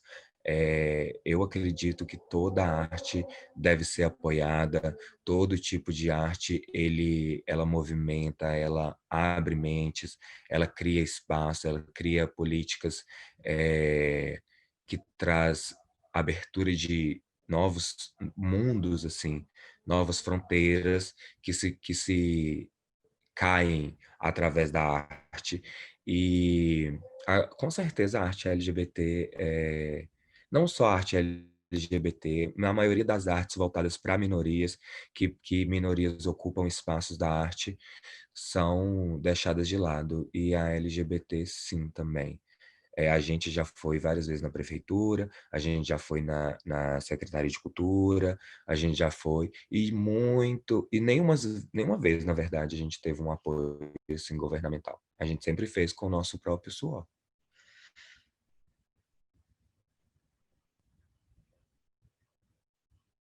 Maravilha, Rafa. Obrigada. Bom, Nada. pessoal, nós estamos aqui já no final, né, dessa mesa e queria assim, pedir realmente a palavra do Aldo só para finalizar, né, essa etapa do evento. À tarde nós teremos outras mesas, né, Aldo? Falar um pouquinho do que virá, né, nesse primeiro seminário, né, de arte, moda, cultura. Então, fala um pouquinho para a gente, Aldo. Eu vou fazer minhas últimas considerações, e aí, pela ordem do que eu estou vendo aqui, o Agnaldo faz, a Silma termina com o Rafa. Aí você finaliza a mesa para a gente. Eu queria só comentar com... Gente, eu não sei pronunciar o nome. Caliel. Caliel, aí liberou o microfone. Muito bem. Porque quando a gente... o pobre, na verdade, e o brasileiro, ele já é sustentável, não em termos de educação, mas em termos de cultura, porque a gente é da cultura do reaproveitamento, a gente é da cultura de não jogar nada fora. Então, o que falta, né? Nós fomos embutidos na cultura brasileira com o desperdício americano. Eu acho que a gente precisa resgatar esses valores, mas pensar como uma integração. Se o planeta vai mal, nós vamos mal. Por que a gente está morrendo na pandemia? Porque a gente deixou que os chineses tivessem condições desumanas e o vírus nasceu lá. E aí veio para todo mundo. Existe uma questão que se eu passei anos usando a força escrava do negro, essa conta vai chegar de outras maneiras, o planeta cobra. E nós somos os seres sensíveis. Eu nem estou me colocando como artista, porque eu me sinto como produtor da arte, mas eu digo nós, enquanto representando esse coletivo de cantores, de estilistas, de carnavalescos, de cineastas, nós somos os seres sensíveis do planeta. E a arte é sobre isso, é colocar as sensibilidades para pensar e fazer a população pensar e desenvolver o que é patrimônio? É o nosso bem comum, é aquilo que a gente quer para nos identificar enquanto sujeito. Por isso que eu achei a fala do Agnaldo genial, a gente não pode separar material de material. Essas coisas, elas estão presentes e imbricadas. E preservar o planeta é o nosso maior patrimônio material e imaterial. E a gente precisa fazer isso quando a gente está preservando cultura ancestral negra, é preservação do planeta. Quando a gente fala em consumir menos na moda, que é uma loucura, né?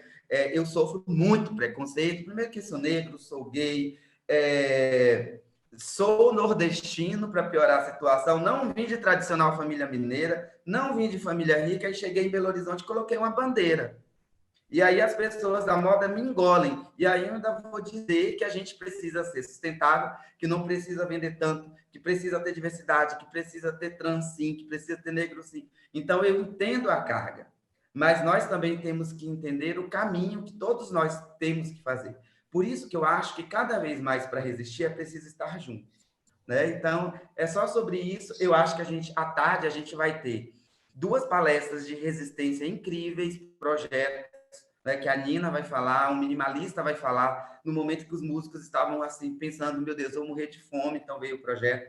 Então, 2h30 a gente vai estar de volta, e eu espero todos vocês, gente, eu estou achando muito lindo esse momento. Aguinaldo. Aguinaldo, suas considerações finais, fala para a gente. Eu quero assim, deixar uma reflexão. Assim. Uhum. Eu acho que aqui tem um grupo, acho que a gente está falando para pessoas que pensam cultura, produção, que pensam a cidade, né? Que pensam ocupar, a ocupação da cidade. Então, eu acho que a gente está num momento revolucionário a gente está num momento, na verdade, a gente está num curso de uma possível revolução. A gente tem que entender que tudo isso que a gente está vivendo dentro do contexto da pandemia, tudo que a cultura vem sofrendo é um projeto de Brasil. Nós perdemos o Brasil na urna. E está em curso um processo de mudança, onde aquilo que eu acredito que é cultura e aquilo que nós aqui acreditamos que é cultura vai deixar de ser cultura. Esse é o projeto. A gente não pode ter inocência quanto a isso. O que acontece é um projeto consciente, ideológico, de que tudo isso que a gente viveu nos últimos 500 anos não é cultura. Esse é o fato. Estão querendo fundar uma nova cultura brasileira. Se a gente não se atentar a isso, a gente vai passar por esse processo sem perceber o que realmente está acontecendo. E aí, para Belo Horizonte, eu acho que é muito importante a gente pensar na ocupação da cidade de Belo Horizonte. Belo Horizonte é uma cidade elitista, é uma cidade que tem 120 anos, cercada de cidades de 300 anos. Olha, a própria fundação da cidade de Belo Horizonte é uma mentira. Se a gente, enquanto belo-horizontino, se a gente, enquanto produtor de cultura, se a gente não vivenciar essa cidade como o que ela realmente é, não ocupar esse espaço de Belo Horizonte como o que ele realmente é, a gente não desmistificar Belo Horizonte, na frase do Rafa, ele falou que a gente paga para produzir cultura na cidade. Essa é uma cidade elitista. E isso é da cidade. Então, nós é que temos que transformar a cidade de Belo Horizonte com a nossa arte, com a nossa cultura, mas com o nosso pensamento de cidade. A gente tem que desmistificar essa cidade elitista, que foi criada dentro de um cinturão, e tudo que está fora desse cinturão não existe para essa cidade. Então, se a gente não começa a desconstruir isso 120 anos depois, eu acho que a gente não vai conseguir chegar a lugar nenhum dentro dessa cidade. Nós temos que tomar essa cidade de assalto e dizer que essa cidade é uma cidade de todos. E isso a gente só vai fazer se a gente se unir nessa diversidade que é tão cara para todos nós. Então, eu quero só agradecer o Aldo mais uma vez, agradecer a todos. Carol, muito obrigado pela condução brilhante. E, Aldo, você cada vez participar do seu evento, participar do que você constrói, do que você toca, é sempre um prazer. Beijo a todos. Viu, Rafa? E é mesmo, viu, Aguinaldo? Muito bom mesmo.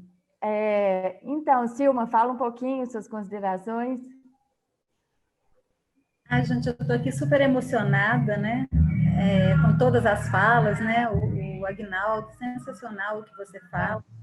O Rafa também, Aldinho, não precisa nem de dizer nada, né? Ele é maravilhoso e a questão assim, primordial dele, para mim, é a humanidade dele, né? Assim, e essa coisa do coletivo que é o que eu acredito, né? Que não adianta. Eu acho que é só pelo coletivo e é isso, né? Assim, aquela história do artista, né? Por exemplo, o artista para mim é que nem como a Clarice Lispector fala, é um touro, né? E se esse touro é castrado, ele vira boi, boi é gado. Gente, a gente não pode ser castrado. Definitivamente não. Ô, Rafa, quando você for na prefeitura, se monta, vai de drag, que aí eu quero ver se você não vai abrir um lugar lá, porque drag é apaixonante, é lindo, não tem jeito, entendeu?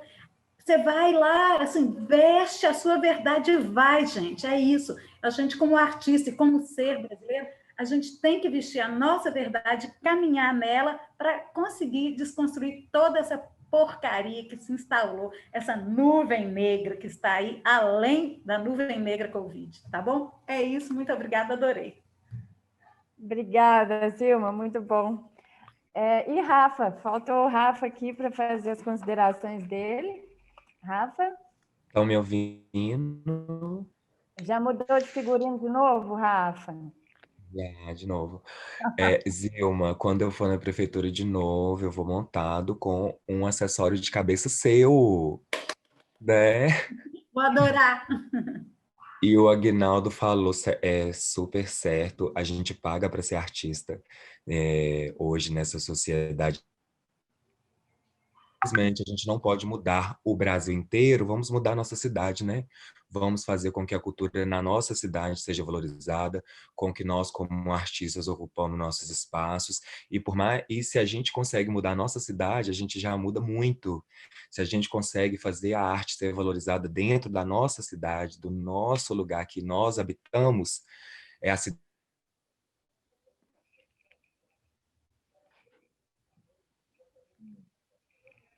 onde a gente tem acesso agora. A gente não consegue mudar o Brasil inteiro, a gente não consegue mudar o mundo hoje, mas a gente consegue mudar a BH hoje. Então vamos trabalhar para isso, né? Para que a cultura caminhe juntos. E eu quero agradecer o Aldo por esse convite incrível, pessoas maravilhosas. Eu estou apaixonado por essa mesa. Eu quero ficar aqui nessa sala, nesse Zoom, não quero ir embora mais. E é bom saber, gente, essas coisas nos dá fôlego de vida, de saber que existe pessoas lutando pela cultura, porque é o que a gente vive. E às vezes a gente deixa um pouco de lado por não ver mais uma solução no país, por às vezes não enxergar uma luz no fim do túnel, e aí essas mesas nos dão uma luz, né? Para a gente acreditar, para a gente não baixar a nossa cabeça e fazer acontecer sim. Olha como tem gente incrível aqui nessa mesa, nesse Belo Horizonte, nessa cidade, tem muita gente linda que está aí para fazer a cultura e nós não vamos deixar perder nossa arte, jamais, jamais. É a nossa identidade, é o nosso brilho, é a nossa arte e ninguém vai roubar isso de nós. Não é um presidente idiota que vai tirar isso de nós. É a nossa identidade, queridas, é a nossa cor, nossas verdadeiras cores, como dizia a Cyndi Lauper, nós não podemos perdê-las. É isso mesmo, Rafa. Mas e é isso, né, gente? Como a gente está exatamente nessa cidade que é tão conservadora, daqui também sempre surgiram vários movimentos vanguardistas que quando eles aparecem em Belo Horizonte, eles rapidamente eles são replicados em outros locais. Então, a gente tem que pensar nisso, que até mesmo em comportamento de consumo, né? Quando alguém vai lançar um produto, lança em Belo Horizonte, porque o povo aqui é tão resistente que se der certo em Belo Horizonte, vai dar certo numa maioria, um percentual grande no Brasil. Então, da mesma forma, eu penso que é essa a nossa meta, né? De sermos essa força coletiva, de realmente sair cada um das suas próprias áreas artísticas e ter essa união, fazer esse construto, né, plural, e que essa é a proposta desse primeiro seminário, que venham muitos, que esse seja o primeiro de muitos, porque seminários como esse, nós precisamos deles todo mês, né? Que ele seja mensal, para trazer esses atores, para que a gente se conheça antes de tudo. Eu hoje estou tendo o prazer de conhecer 3 aqui, né? O Sol Alto, que eu realmente amo, uma parceria antiga, uma pessoa que eu realmente, assim, aprecio mesmo pela simplicidade, pela raça, pelo o tanto que ele abraça todo mundo, não tem preconceito com ninguém, todo mundo vira parceiro e isso é louvável, louvável. Essa articulação é necessária. Você é um agente modificador de cenários e você tem essa força de unir essas pessoas tão importantes que são grandes atores em cada área, né? Então, parabéns, viu, Aldo, pela sua iniciativa. Vida longa, né, a esse seminário, tá bem? Gente, muito obrigado. Primeiro, agradecer a Carol. A Carol tem um trabalho enorme com sustentabilidade, de militância pública também. Hoje, dentro de uma escola pública, Então, é super importante. Nós vamos fazer um intervalozinho, às 2h30 estaremos de volta. É muito importante que a gente esteja aqui de volta para a gente fazer esse fechamento maravilhoso. Eu queria agradecer muito a todas as pessoas dessa mesa e dizer que eu particularmente estou bastante feliz, né, pelas parcerias que a gente construiu, pela Pulsar. Esse é um seminário que é patrocinado pela Lei de Incentivo à Cultura, Secretaria Especial da Cultura, Ministério do Turismo, Pátria Amada Brasil, e nós retornaremos, então, às 2h30. Muito obrigada pela presença de todos vocês.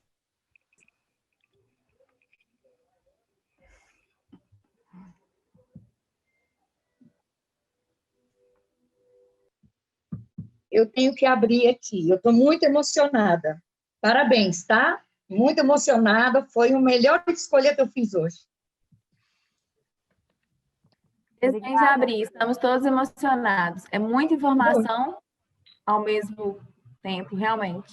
Estamos de parabéns por essa construção numa manhã. Parabéns. Eu vim de uma família nordestina, da Chapada Diamantina, com muita resistência e muita luta. Estou em Brasília, mas a gente resiste o tempo todo.